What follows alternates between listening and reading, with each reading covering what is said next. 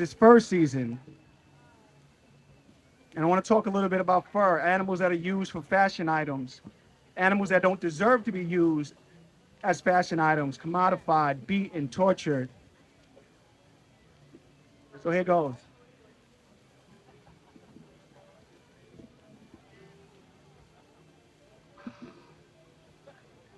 The stench of death looms over the gas chamber full of toxic fumes that mercilessly ends a life of doom. Their screams of fear is prevalent in the voice and eyes of their commodified lives, but to you it remains irrelevant. Viewed as nothing more than an expensive accessory for all to adore, while the horrific process from which fur came remains ignored. You wear death proudly on your backs, or perhaps the trim on your hood of those ridiculous looking hats. Animals skinned alive for their fur hides and their remains tossed to the side, another beautiful life denied. Animals gripping and biting at a wired cage, spinning in circles with piercing eyes full of fear and rage and wallowing around in their own filth. Yet he who wears their precious fur holds no guilt. This sickening display of humanity has driven these creatures beyond insanity, all in the name of masking your insecurities with blood-stained vanity. Welcome to hell, where animals are violently yanked from cages, to having currents of electrons paralyze them through the anus, and having their coats ripped from their bodies to be left prone and naked, all to be made into the creation for the sake of someone famous. Disregard the barbarity of leg traps for something that's not even a necessity, yet they admire the fur on the backs of heartless celebrities, and there are people that would loudly and proudly defend their choice to wear tortured animal skin. I prefer to call it sin.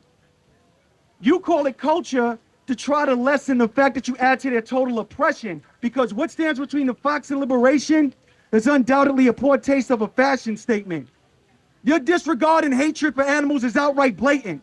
The blood on your hands are of victims that remain faceless, born to suffer so they die nameless, while you cover their skin and walk around so blissful and brainless.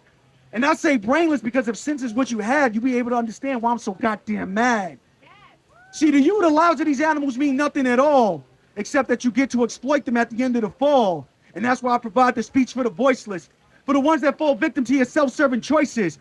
I speak for the mink that viciously had her neck snapped, for mother coyotes caught in the cold grip of a steel leg trap, for defenseless rabbits that have their paws turned into souvenirs, keychains, and lucky charms. That shit is disgustingly wrong. This year, you better find an ethical alternative to stay warm, for as long as you order the death of these animals, I can never stay. How would you like to have your life rewired? What if it was your skin that was torn from your body until it burned like fire and refashioned for another person to acquire? What if your cries for help was silenced and muffled, and fighting for your life became a violent tussle? What if your corpse was tossed in a bloody pile? You cry for these furriers to stop living in denial. That fur coat is not what you wear, it's who you wear. Washington Square Park, my question now is, do you care? You see, the fur trade is the death trade, so don't trade your soul for inhumane customs and traditions of old. The fur trade is the death trade.